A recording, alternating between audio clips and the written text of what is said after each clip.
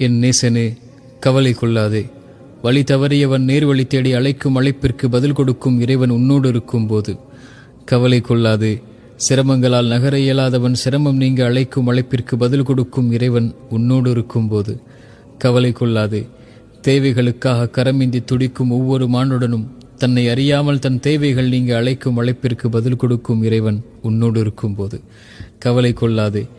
நம்பிக்கை கொள்ள எவரும் இல்லாது நம்பிக்கை இழந்து வாழும் மனிதன் மீண்டும் நம்பிக்கை பெற அழைக்கும் அழைப்பிற்கு பதில் கொடுக்கும் இறைவன் உன்னோடு இருக்கும்போது என் நேசனே, உன் உள்ளம் உடைந்திருப்பதை அறிகிறேன். உன் கண்களின் கண்ணீரை பார்க்கிறேன். உன் தனிமை உன்னை வாட்டுவதை உணர்கிறேன்.